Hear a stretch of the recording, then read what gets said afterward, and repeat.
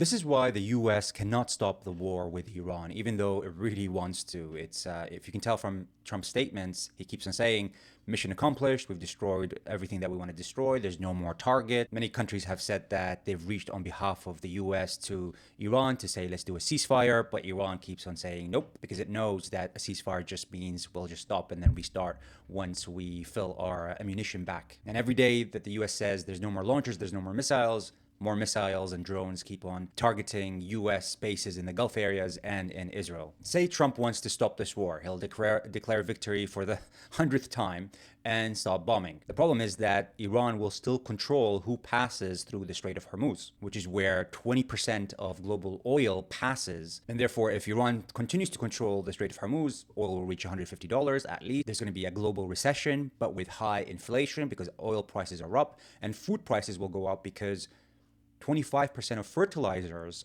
also pass through the Strait of Hormuz. And it's, the crop season right now. They need the fertilizers right now. So that's going to have a huge impact, not just on oil, but on food. So even if the US stops bombing Iran and Iran stops bombing the US bases, they still control the Strait of Hormuz, and therefore they're going to do an economic warfare on the US by having a global recession impacting the US economy, high oil, high food prices. In a way, they'll be sanctioning the US in a similar way that the US has sanctioned Iran for 47 years. Also, if the US cannot stop Iran from controlling the Strait of Hormuz, that destroys the image of the US empire as this hegemon that has this super military that can't even close 35 kilometers wide of the Strait of Hormuz. The situation is so bad that the US is begging NATO to help out, and even asking China to help out, even after they have attacked their NATO allies through tariffs and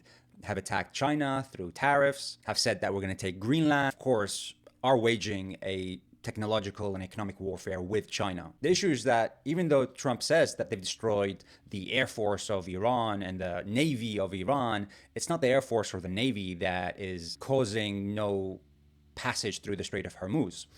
Iran never thought of its Navy or its Air Force as a strategic asset. It uses different methods to project power. And its Air Force is kind of replaced by its missile capability, short-term, medium-term, long-term, long-distance missile capability, and its drones, which are very cheaply produced. They cost as low as $5,000 for one of those drones. Now, they can attack any ship that passes that they don't want it to pass. And if they attack the ships, that means the insurance companies will not insure the passage through the Strait of Hormuz. And if there's no insurance, then no ship will pass. And its naval power of Iran isn't through its big ships, it's through these small speedboats that can easily go to a ship and attack it. It's through these water drones that they can control, very easily produced, very quick, that can destroy ships. And it's also through the missiles that they have and the drones that they can cheaply produce. And so the only country that can stop the Strait of Hormuz being closed is Iran itself. NATO allies have even said, what are we going to do to the Strait of Hormuz that the US, cannot do? The US ships are not even close to the Strait of Hormuz because they're worried they're going to be bombed. But Trump is telling the others that you are scared and you're not helping. It's like even the US can't do anything about it. What are the other countries going to do about it? So if the US just calls it quits and says we've won, then it's very clear for everyone, for the whole world, that they have lost because they don't control the Strait of Hormuz, and it's Iran that has that power now to decide what happens in that region. And of course, every other country is taking note of the capability of the US. Before, there was this image that the US is this powerful country that could do whatever it wants. But now this country, Iran, that has been under sanctions for more than 47 years, is able to tell the US, nope, and you can't do anything about it. So China's taking note of this. They're thinking of, okay, so if we go after Taiwan, then the US can't really do anything about it. It was all talk. Russia's looking at this and saying, oh, we could do a lot of things and the US can't do anything about it. This is the danger of going into war, because people can call the bluff now.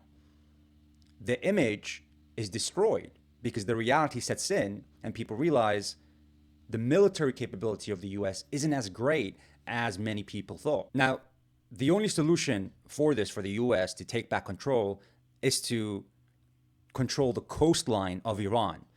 And if you look at the coastline of Iran, that's nearly impossible. All of this is the coastline of Iran. This is the Strait of Hormuz. All of this over here on the coastline is filled with bombs, missile launchers that are actually in the mountains. How could you secure all of this? This is a very large area. Just from here to here is 500 kilometers, and then so you're looking at about more than 1,000 kilometers of coastline. It will take months to bomb all across this coastline, and then of course there's missiles not just on the coastline. There's missiles everywhere over here. Not to mention the torpedoes that they have. Not to mention the water drones that they have. Not to mention the water mines that they have, the quick speed boats. They have hundreds of those. And if you want to make land troops on the ground on Iran, where are you going to do this from? It's a different time for war over here. If you deploy troops anywhere in this region, they could easily be attacked by drones and missiles. And so it's nearly impossible to secure the coastline of Iran to ensure that the US controls the Strait of Hormuz. So it's almost like the US has no choice but to escalate, and escalating means that they're going to fall into more and more traps. If you remember, Trump thought this would be a 5-day excursion adventure where they can kill some of the leadership. It looks good on paper. It's good for approval ratings in the US for the midterm elections in November. He said it himself that he did not expect this kind of all-out war, even though the Iranians detailed exactly what they're going to do. They said even if there's one bullet that is thrown at Iran, they're going to attack all the US bases in the Gulf area. They're going to close the Strait of Hormuz, and they're going to start playing on the offense instead of the defense. Remember, Iran hasn't retaliated in the way we expected in previous attacks.